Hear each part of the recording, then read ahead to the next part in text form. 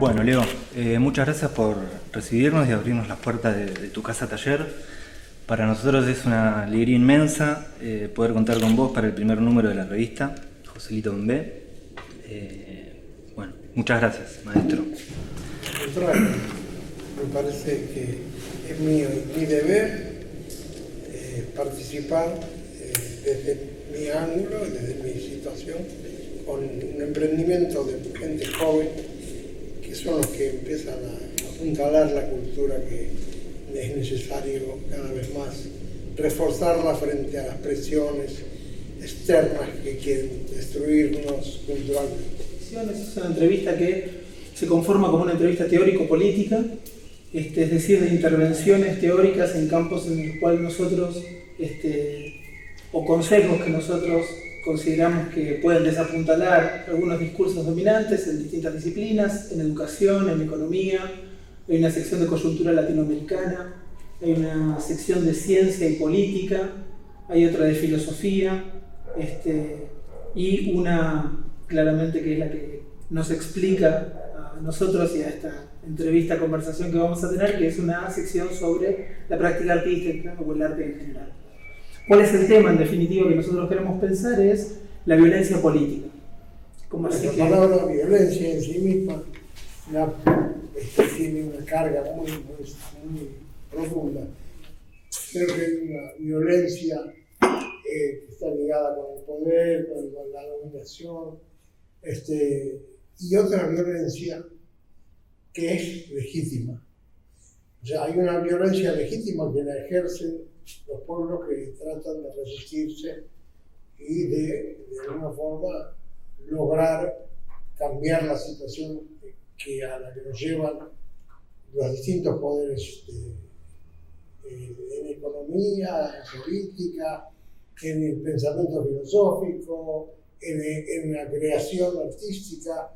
O sea, una de las violencias más efectivas, aunque más a veces más disimuladas, es la violencia contra la cultura.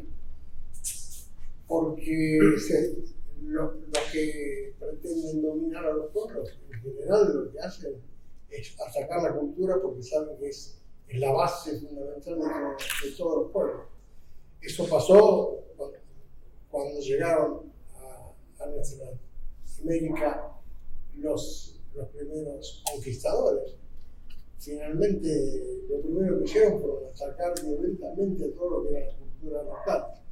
Por eso es que todavía no tenemos conciencia de los valores enormes que hay en el pasado histórico de América antes de la conquista, de la colonización. En la revista, yo creo que en el acto creador, en el caso de las artes plásticas, es igual que en cualquier otra forma de expresión, está todo incluido. O sea, muchas veces yo me doy cuenta que cuando trabajo, estoy también, de alguna forma, a la manera de entre casa, pero haciendo algo de filosofía, en lo que yo intento decir. Y la intención realmente es lograr eso, lograr comunicarse con los demás, pero además de comunicarse con los demás, es de alguna forma transmitir un pensamiento. Y a través de la imagen ese pensamiento se transforma en una metáfora. No creo en la forma más directa de comunicación que puede tener un creador. Creo que la metáfora es la mejor forma, porque la metáfora es una mentira que dice mucho más profundamente la verdad. Y eso pasa en la poesía y pasa en el lenguaje de todos los días. O sea, vivimos haciendo metáforas de la comunicación diaria y no nos damos cuenta. Porque todos los humanos saben, consciente o inconscientemente, que diciendo las cosas con el límite de la descripción absolutamente real, no alcanza. Y hay que exagerar. Es que el lenguaje justamente, y la imagen es un lenguaje, justamente es un lenguaje que no necesita de la representación. Yo creo que en la plástica lo siento así. Uno no representa, aunque muchos lo hagan, creo que no es el mejor método, sino que uno presenta. No hay manera de describir una cosa con el sentido profundo que tiene un pensamiento, simplemente haciéndolo con el equilibrio necesario para no excederse en las expresiones. Al contrario, me parece que hay que excederse, me parece que hay que exagerar, que hay que violentar la realidad en el mejor sentido, en el sentido de la violencia legítima, que en todo caso no es violencia, porque si es una reacción que naturalmente tiene un pueblo para resistir a la opresión, a la agresión, ya esa violencia que ejerce tiene una legitimidad que la salva de cualquier crítica o análisis de un pensamiento de derecha.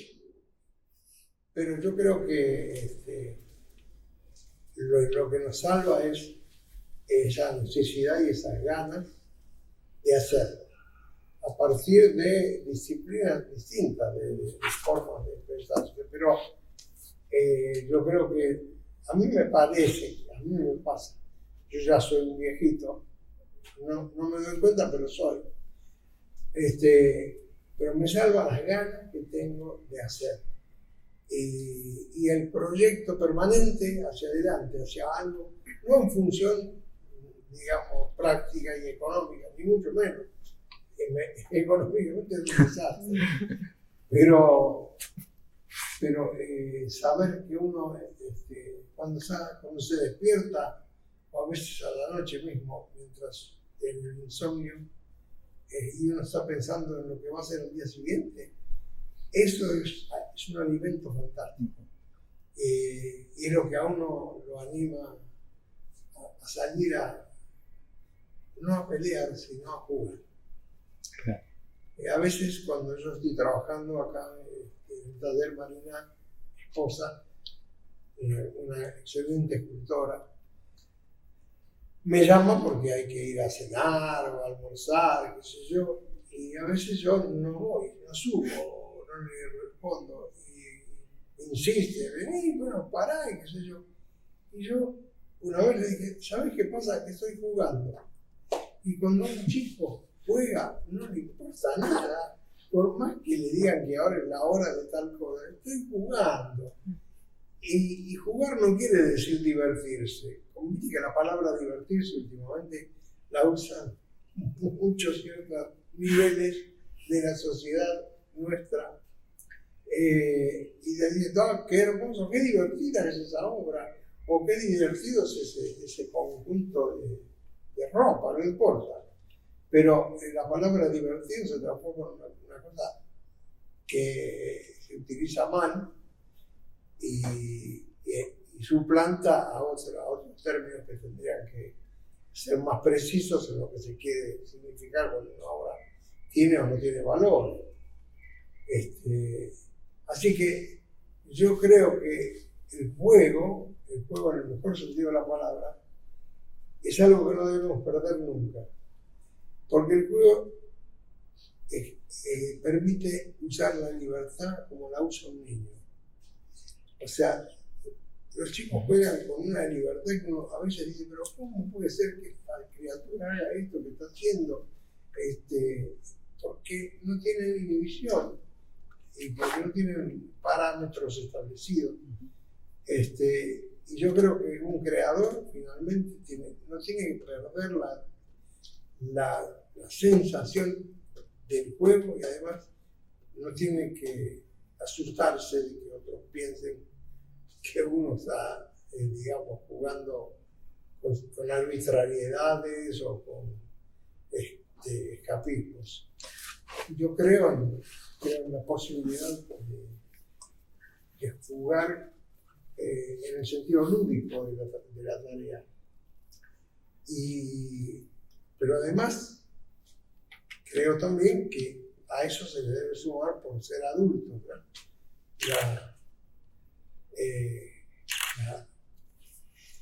La forma de expresar una idea o un pensamiento. Siempre volviendo a la metáfora.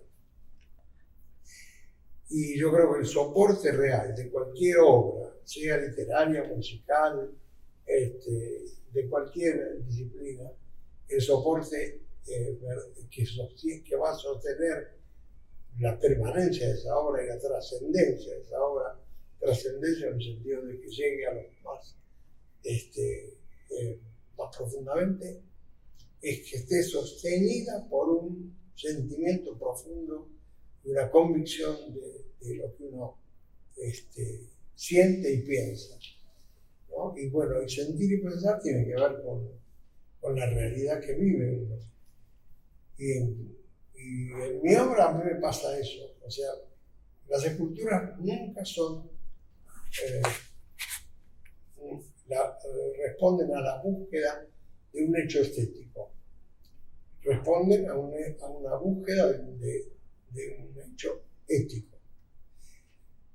Y el alimento está en la realidad que me llena de motivaciones. En este caso lo ético sería lo estético. Absolutamente. Yo creo que lo estético es el final de un proceso, cuando el proceso es auténtico, termina siendo estético. O sea, la estética no se puede buscar. Es lo mismo que cuando hablan de abstracción. La abstracción no puede ser el inicio de nada. Hoy oímos a veces, y ya esto tiene que ver con las artes plásticas, quienes hablan de yo soy pintor abstracto, ¿no es cierto? Pero la abstracción es el final de un proceso de pensamiento que en cada creador se da de una manera diferente. Y el que cree que tiene que partir de la abstracción a la que llegó otro, se equivoca, porque lo que sucede es que en la cultura no hay progreso, hay proceso, y lo que hay es cambio. Como cambia la realidad, cambia la forma de expresarla, y cambian la forma y los elementos para expresarla. Por lo tanto, la idea del progreso o la idea de la evolución sirve para la técnica, sirve para todo lo práctico, pero nunca podemos aplicarlo a la creación en sí misma. Porque si no podríamos todavía admirar la obra de grandes creadores del pasado, no del pasado inmediato, de un pasado muy lejano, y tiene el mismo valor que lo que puede producir un buen creador aquí en esta misma época.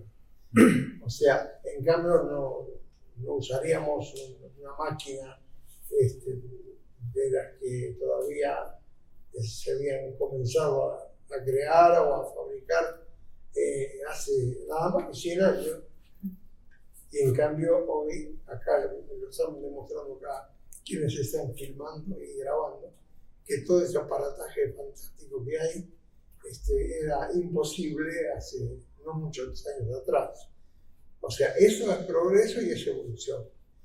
Pero en materia creadora eso no existe. Y el que confunde eso y cree que hay que hacer lo último y que hay que ser actual, hay que ser original, no se dan cuenta que ser original, lo mejor que puede ser para ser un creador, para ser original, es ser el mismo.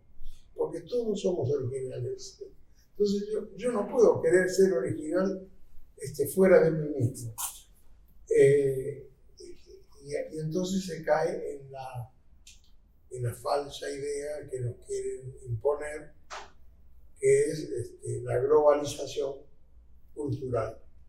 Además, la originalidad supone un sujeto creador independiente de las condiciones históricas donde está situado. Claro, supone un origen como un punto que crece ex nihilo, de la nada, lo que... somos un eslabón de una gran cadena histórica. El que cree que... a mí me pasa cuando miro algunos programas políticos, con los que coincido a veces en el análisis de la realidad. Y pienso, pero ¿por qué no recuperan el sentido histórico de la vivencia de un pueblo que digamos, está viviendo una realidad concreta? Y a veces perder el sentido histórico es peligroso. Aunque parezca mentira, yo creo que todavía somos el último eslabón de un proceso histórico que viene de muy lejos, que viene de la necesidad de independizarse casualmente de los dominadores, que han sido varios, que han dejado de hacerlo porque llegaron otros, pero finalmente eso termina siendo una contradicción. Me parece a mí que tenemos que recuperar la conexión con la historia. Y a veces, hablando así de todas estas cosas, de entrecata con alguien que plantea cosas, yo dije, nosotros somos los mismos que le tiraron aceite caliente a los ingleses. Nada más que ahora no estamos más en ese momento, pero hay que seguir tirándole aceite caliente a los invasores, de otra manera, con otras armas, pero finalmente somos los mismos, somos los continuadores de aquellos. Yo dije eso, pero es mucho anterior, ¿no es cierto? El proceso del que hablo. Y creo que en la cultura pasa eso, mejor dicho, debe pasar eso. ¿Vos crees que es un arma? ¿El arte se puede utilizar como medio para impedir que nos invadan culturalmente, por ejemplo? Si fuera solo con la creación artística, no, tiene que ser con muchas cosas, pero yo por eso no hablo de arte, hablo de creación, y la creación está en lo que están haciendo ustedes también. Están creando un medio, ¿no es cierto?, para poder llegar a los demás y transmitir una idea y un pensamiento. Bueno, a mí me tocó ser escultor, lamentablemente, y el pensamiento lo transmito a través de la imagen. Pero yo siento que estamos ligados en ese sentido. Cada uno lo hace a través de lo que le sirve mejor para expresar eso que quiere decir a los demás y decírselo a uno mismo. Porque nunca estamos totalmente seguros de la totalidad de lo que queremos. A veces vamos descubriendo lo que queremos. Y eso se produce justamente a partir del hacer. El hacer genera un desarrollo interno que modifica y enriquece el pensamiento consciente. Y justamente eso es lo más valioso que tiene el acto de crear, el acto de hacer. Por eso hoy últimamente escucho a varios analistas del arte actual y contemporáneo que dicen lo importante es la idea que luego la puede realizar cualquiera. El que dice eso no sabe lo que es crear, porque solo el que crea sabe que el hecho de ir generando algo, escribiendo, haciendo plástica o haciendo música, no importa. Y eso, pero haciéndolo uno va desarrollando, descubriendo e hilando un pensamiento. te decía, eso de darle tanta importancia a la idea o darle tanta importancia a lo formal, olvidándose del tiempo histórico y el lugar geográfico donde pertenecen los artistas, nosotros creemos que tiene un trasfondo político, que es intencionado, que no es inocente que los críticos fomenten estas manifestaciones artísticas que se ven en el arte contemporáneo hoy en día, donde cualquier obra artística puede ser que la veas en Japón o en Brasil o en Argentina y no llegas a diferenciar bien quién la hizo y qué contenido, qué carga social, política tiene esa obra, o si está diciendo algo que responda a su tiempo. Sí. ¿Es intencionado eso? Bueno, hay de todo. Yo pienso que hay mediocres, hay críticos o curadores, como se llaman, absolutamente mediocres, que se elancan en las tendencias internacionales, porque es una forma de sentirse absolutamente sostenidos por una cosa que tiene un sentido absolutamente universal. Y resulta que no es universal, es internacional. Y hay que diferenciar entre lo internacional y lo universal. Lo internacional es en el acto creador. No quiero hablar solamente de la plástica, por eso repito mucho del acto creador. Es de darse cuenta que desde la forma más simple de expresarse, desde lo limitado que uno maneja en el ámbito en que se desarrolla el trabajo, se pueden producir, digamos, formas de decir y de expresar y de plasmar que no se darían si uno está absolutamente pendiente de una especie de lenguaje internacional que al imponernoslo lo que hacen es limitarnos, porque nos manejamos con parámetros que no son nuestros. O sea, la globalización en la cultura no es globalización, es hibridación, porque unifica, neutraliza, hace que todos piensen lo mismo o que todos quieran las mismas cosas y planteen las mismas ideas o estén pendientes de los mismos objetivos. Y bueno, ese es un verdadero mecanismo que lo conocen muy bien los poderes que dominan a los pueblos, y es hacer que ofrecerles objetivos que no son propios, pero que se los ofrece con muchos colores, con muchas ofertas que se ven como propios, ¿no? Y que al final la gente cree que esos son los verdaderos objetivos. ¿Qué relación encontrás entre la práctica artística o creadora, pero específicamente en la creación de las artes plásticas, en la literatura o la música, la práctica artística, digamos, con la práctica política en ese sentido? No partidaria, sino la práctica política, digamos, el arte.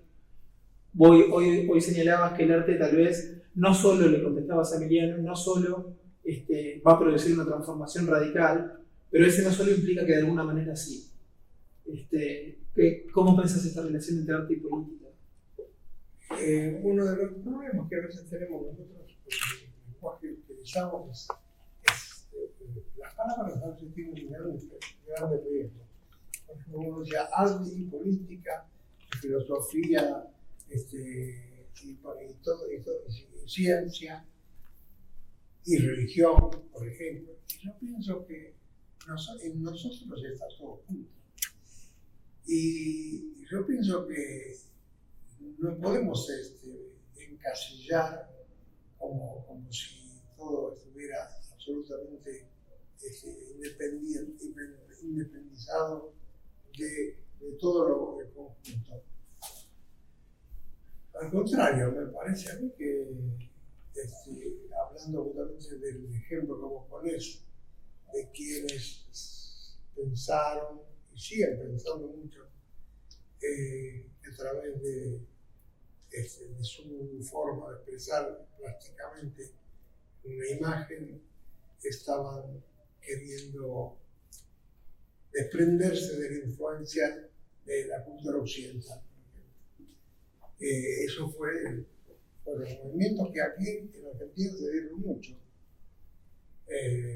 Y con artistas realmente valiosos desde el punto de vista humano, pero que por estar aliados a un pensamiento rígido en lo político, como bien lo decías vos, buscaron un camino alternativo y ese camino los llevó a despegarse de lo humano. Eso fue todo el movimiento de arte, invención y de Madrid. ¿no? Bueno, no importa el arte geométrico en general y el arte abstracto. En el fondo, es una manera de despegarse mal de los padres. Creo que no hay que negar lo anterior, sino que encontrar un camino propio. Pero el camino propio se encuentra si uno de alguna manera responde a todo lo que lo alimentó desde que antes de nacer, inclusive. Por ejemplo, el movimiento Madí, que ya no sé si ustedes lo recuerdan, eran todos del PC. ¿No por materialismo dialéctico, Madí? Materialismo dialéctico. Yomi, Kosice. ¿Cómo? Yomi, Kosice, ¿no? Estaban en... Kosice, Yomi, Loza. ¿De qué época de hoy? La década del 60. Un PC que se estaba dividiendo por todos lados. Absolutamente. Y él, como personas y como artistas, fueron tipos que yo consideré siempre muy bien y nos llevábamos fenómenos, ¿no? Pero no había coincidencia. Yo mismo no estaba seguro también de lo que estaba bien y lo que estaba mal. Sentía que eso no me correspondía hacer a mí. Pero eso pasó internacionalmente, por ejemplo, en Gabó, Kefner, Kandinsky, ¿no es cierto? Y bueno, muchos movimientos que tuvieron que ver con un pensamiento totalmente político, por no caer en la influencia de la creación del arte tradicional y sobre todo occidental, encontraron un camino por el lado de la geometría. Y la geometría es muy difícil que exprese algo. Y si uno escribe un poema, es raro que busque nada más que hacer una buena métrica, una buena rima, y todas las reglas convencionales que tiene la poesía o la literatura. Si uno escribe sin querer decir nada, se queda en el camino. Y la geometría puede tener un sentido, ahí sí, estético, pero nunca se mete con lo ético, siendo que el pensamiento real era ético, porque era y es todavía. En este caso, tu diferencia estaría no tanto en términos éticos, sino en términos estéticos. Exactamente, el asunto es que finalmente crean una estética propia, pero que termina siendo nada más que estética, porque es muy difícil que un rectángulo, un cuadrado, un triángulo me conmuevan. Me pueden, sí, sensibilizar estéticamente si hay un buen ordenamiento compositivo, un juego de los espacios, todo lo que quiera que pueda intervenir en el mundo de lo visual, de lo plástico. Pero la carga que necesita la obra no puede incluirse porque ninguno de esos elementos finalmente pueden llegar a la sensibilidad del ser humano. Yo lo escuché hace un tiempo y lo repito a veces gente que como ustedes, Tomás Maldonado formó parte de ese grupo, pero viajó a Alemania, él, un tipo de mucho talento, y en Alemania se desarrolló y tuvo una presencia muy importante en los medios, dentro de lo que es la plástica y dentro del diseño. Pero terminó justamente trabajando como diseñador y enseñando como diseñador, cosa que ahí está bien, lo geométrico puede servir para un artefacto de cocina o lo que sea, o para un edificio o para una urbanización. Pero él mismo, en uno de los últimos reportajes que le hicieron, lo tengo guardado, dice que pese a lo que creíamos, tengo que reconocer que la representación aún tiene vigencia. El hablar representación, porque de alguna forma tiene que ver con... Yo digo que la representación no es buena, si es nada más que representación. Otro término del siglo XVIII. Pero exactamente. Creo que nosotros tenemos que presentar ideas que tienen que ver con nuestra relación con la realidad que nos condiciona. Nosotros, o vos como comentabas, ponés a la ética en un lugar que precede la estética y te importa en una creación tuya, la estética está jugando o llegás, si es un acto lo auténtico decís vos, pero entre la obra misma y el espectador que la ve, supongo que te interesa que viaje esa posición ética, es decir, ese pensamiento que tenés vos. Yo creo que es. Y en el contacto que tiene el espectador o nosotros mismos ahora con alguna de tus obras. Vos pensás esa relación a la hora de crearla, la pensás o la ves después de que la gente la mira, viaja tu pensamiento ahí, viaja tu posición ética, que yo pienso que ahí es donde está la construcción política del arte. Gracias. Yo no sé si entiendo lo que voy a decir, pero viajar mi posición ética, yo no me pongo en esa posición ni se me ocurre pensar. Yo hago y la imagen surge, y en la medida en que esa imagen responda al sentimiento que me impulsa a desarrollarla, ya está. Yo ni pienso en lo estético, ni pienso en qué va a pasar con el espectador. Después descubro lo que pasa con el espectador, pero no, sin pretensiones.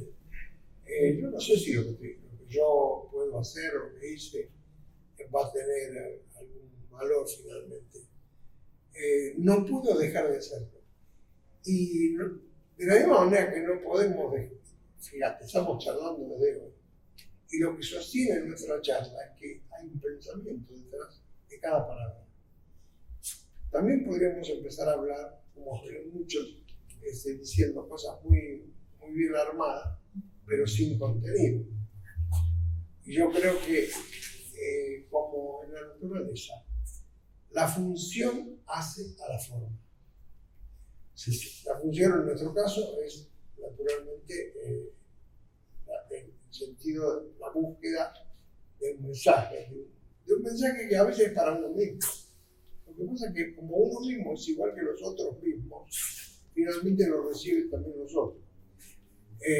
Pero cuando yo hago esa escultura que a mucha gente le impresiona, yo no la hice pensando, a ver, yo voy a hacer algo para que la gente se deje. No, yo necesité hacerla. Y después los demás reaccionan. O sea que lo estético es lo que menos hay que buscar cuando uno hace algo. Lo que uno tiene que buscar es expresar una idea, un pensamiento. Y la imagen es una forma de tantos lenguajes que hay, ¿no es cierto? Como el lenguaje de la palabra. Y lo que la palabra transmite no lo puede transmitir la imagen. Y lo que transmite la imagen no lo puede transmitir la palabra. Así que no hay en mi caso, no hay un objetivo, sería anterior al hecho de la realización, que pretenda que otros reaccionen. Yo digo algo que me pasa, o que siento, o como reacciono, y como yo soy yo, pero soy nosotros, yo también estoy viviendo. Finalmente estoy viviendo la misma realidad que vivimos todos, y esa realidad me modifica y me hace reaccionar de una manera específica. Así que yo no especulo en perdido. Yo hago y vivencio la realidad que nos toca. Y tengo una posición política desde ya. Porque tener una posición política no quiere decir pertenecer a un partido político. Y en base a esa manera de entender la realidad, sale lo que uno hace. O sea, yo tengo, digamos, en todas mis esculturas tengo siempre una carga de esperanza. Eso no puedo evitarlo. Hasta cuando muestro a alguien encerrado, lo muestro encerrado, pero a la vez mirando hacia arriba. Lo digo ahora porque ya lo hice, ¿no? Y en cada caso siempre se filtra la esperanza. En el mejor sentido de la palabra, ¿no? Esperanza de que finalmente el ser humano va a llegar a un momento en donde los valores éticos están incorporados en el espíritu de cada uno.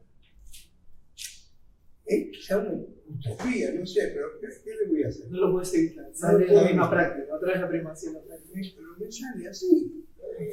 Bueno, ahora les mostré algunas cosas, pero si quieren hasta en cada escultura les puedo mostrar dónde está la esperanza. A veces hay imágenes que son una crítica a una situación, pero bueno, valen como crítica, pero la esperanza está. Por ejemplo, esto que está acá al lado mío, ya que lo tengo acá, esta imagen humana, en una cabeza joven y puesta en la posición natural, está sosteniendo todavía esa misma cabeza de un ser humano que vive en el otro hemisferio, pero totalmente deshumanizado, y además está cabeza abajo, como ellos están cabeza abajo. ¿Quién dijo que nosotros estamos abajo? Son mentiras, pero nos han hecho creer que estamos abajo, y eso está incorporado en nosotros, porque en la escuela nos enseñaban que estábamos en el sur y está abajo, el sur no está abajo, nada, ¿no? Bueno, esto en realidad es el sur y el norte. O sea, es una crítica indirecta, pero no tan indirecta, transformada en imagen. El que lo ve, y el que no lo ve estéticamente. ¿Le gusta o no le gusta? Y bueno, pero ¿qué voy a hacer? No le pongo. Claro. Leo, hoy nombrabas al Grupo Madí, al Grupo Invención, con Loza, Cosi, Cheyomi, Tomás Maldonado. Yo podría agregar a Carpani, a Grupo Espartaco, como contrapartida de este imperialismo cultural, ¿no? En ese sentido, ¿cómo ves el arte o las manifestaciones artísticas hoy en día acá en toda nuestra América, en este contexto de avance conservador, que se viene esta oleada conservadora que hay en toda Latinoamérica? No es posible sentirse independiente del todo en donde uno está inmerso. Y esos escollos que son los que hoy vivimos en nuestro país, o tomaron una forma diversa, diferente. Son unos escollos que llegaron democráticamente, es la primera vez que pasa eso. Y por eso hay que tomar una posición diferente frente a una realidad que no esperábamos que se den de esa manera. Pero siguen siendo los escollos que el río tiene en el camino. Y habrá que encontrar la forma de superarlos, no ignorándolos, sino de alguna manera soslayándolos, pero sabiendo contra qué estamos luchando. Luchar no quiere decir violencia nada más. Se puede luchar como lo están haciendo ustedes. Y creo que es una forma buena de la lucha que sigue cierta generación. Me parece a mí que la lucha que a veces yo fui, también estuve en la resistencia, no importa, viví todo eso bastante en serio, pero me doy cuenta que a veces no es el mejor camino, sino que hay que encontrar el vericueto para poder hacer lo que están haciendo ahora, que es jugar con la falsedad, con la mentira, con el engaño, con la simulación, con el empecinamiento. Y en ese sentido, la creación, ¿cómo pensás vos que hablábamos hoy al principio de dos tipos de violencia? Ahora estamos por ahí charlando explícitamente de la violencia más clara, más concreta, una represión, pero como respuesta a violencia, que tal vez un modelo como el neoliberal, con las particularidades que tiene, genera una violencia estructural más salvaje, más inconmensurable, menos espectacular porque es silenciada, incluso recubierta con el discurso, pero más inconmensurable en sus efectos desastrosos. La creación, frente a eso, ¿qué rol le cabría jugar? Si le cabría jugar alguno. Bueno, yo creo que pretender convencer a los demás a través de la obra que uno realiza es un poco ingenuo, porque a la larga va a funcionar, pero a la corta hay que actuar con otros medios y de otra manera, me parece a mí. Y lo que no sé si la reacción que puede haber en un piquete es violenta. Yo no le llamaría violencia a todo eso, sino que es una auténtica y legítima reacción frente a una auténtica violencia que viene escondida detrás de frases y de conceptos absolutamente mentirosos. Esa es violencia. La violencia es la mentira, la violencia es quitarle al ser humano, sea de cualquier clase que sea, social, quitarle las posibilidades de desarrollo, de crecimiento, de vida digna. Eso es violencia, aunque a veces aparezca adornada con palabras que quieren mostrar todo lo contrario. Eso es lo que nos está pasando hoy, me parece, a lo que vivimos en nuestro país. Pero cada uno de nosotros resiste como puede, con lo que puede. Yo ahora lo hago solamente con la escultura. Hubo épocas en que realmente estuve en la resistencia. Porque bueno, cuando uno es joven puede hacerlo. Ahora me parece que sería muy loco, pero lo hago de alguna manera, como docente lo hice. Por eso me echaron. Pero yo llegué a hacer cosas como docente que son muy lindas. Yo tenía el último año de la carrera de la escuela en Pueyrredón, y les propuse hacer un mural, proyectar un mural para realizarlo todos juntos, ¿no?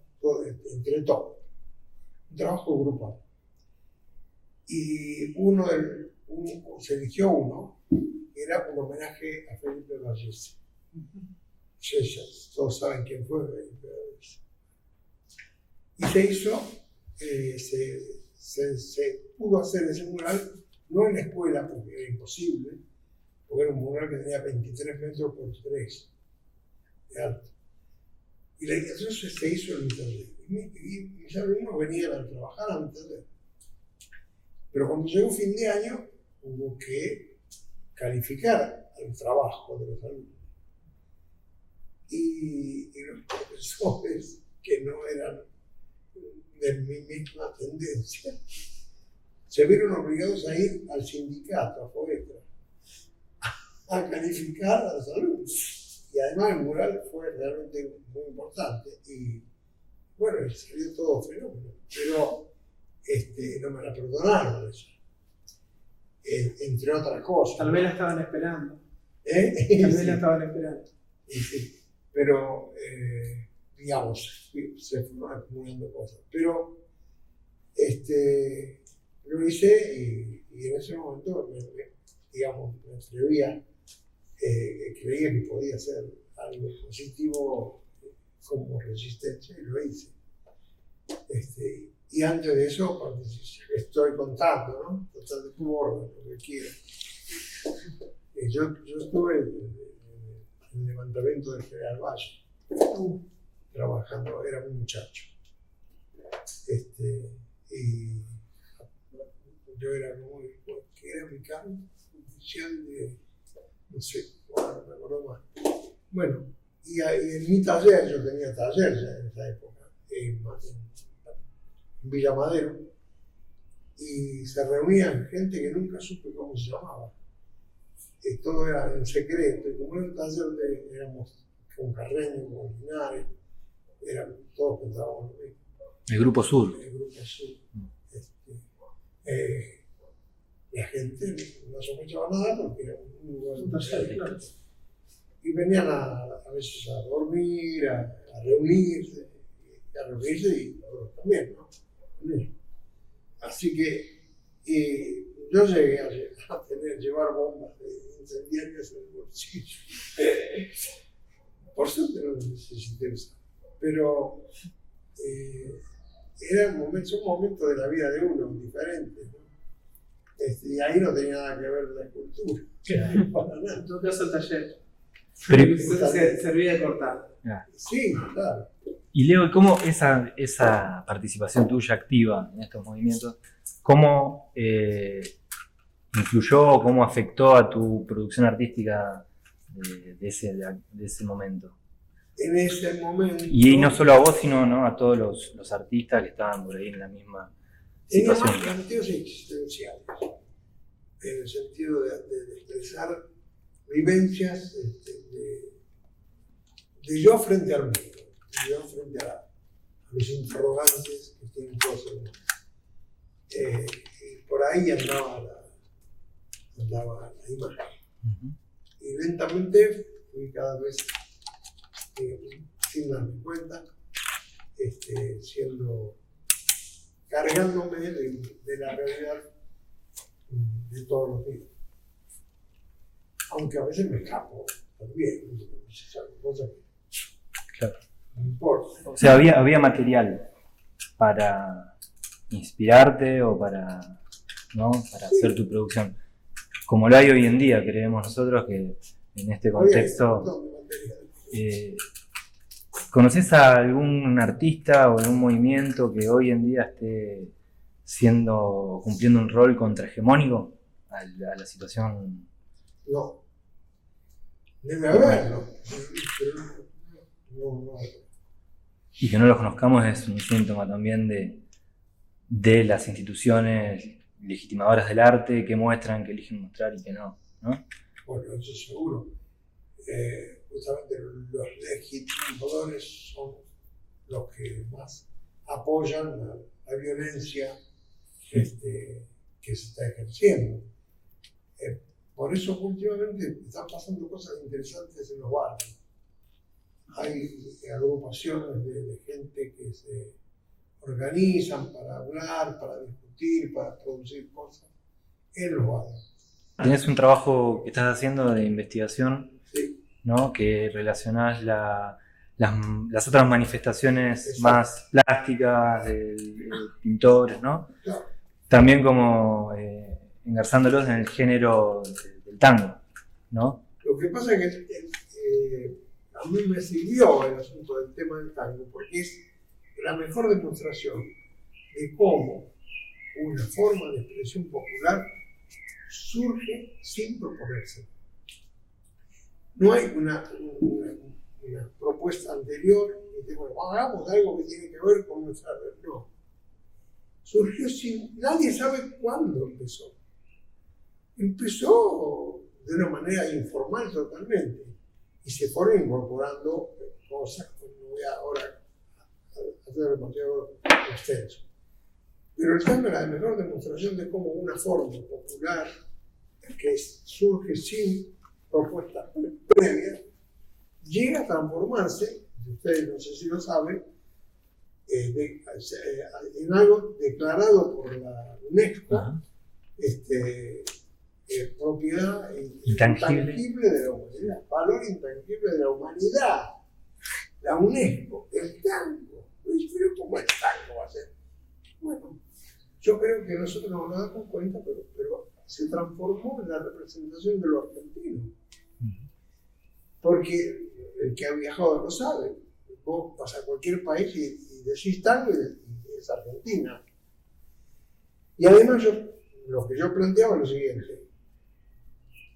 Roberto Ar nunca escribió nada para el tango. Y es más argentino y sin embargo está en la clase. Porque lo que dice y cómo lo dice es tango. Quien quiera Martín o cualquiera, la cámara o todos los grandes pintores de nuestro, bueno, no son de acá solamente de la Boca, sino que lo nombrara a Pier Polivadino, que no tiene nada que ver con ese momento. Han hecho obras que son tango. Lo que pasa es que no tocaban un instrumento, no cantaban, no bailaban. Pero estaban alimentados de la misma realidad que alimentó a eso que se llama tango hoy en día. Entonces, lo que yo pretendo es que nos demos cuenta que esa cosa que va sucediendo al lado nuestro, alrededor nuestro, si la tomamos como un elemento válido para que incorporarlo a una imagen propia, eso es verdad, es verdadero, y además es lo que yo hablo de la identidad, o sea, es identitario. Y no hay cosa más identitaria que el tango, porque es una de las pocas, creo que, expresiones populares que no es festiva, es puro pensamiento. Y pensamiento a veces filosófico, o como que lo quiero llamar, con todas las facetas que tiene, ¿no? Y además es una danza que hombre y mujer se agarran en una unidad. Y el que ha bailado, no lo sabe, se transforma uno en el tango. Pero yo tengo la necesidad de preguntarle algo al cielo, Claro. religiosa, ¿no? Es una forma de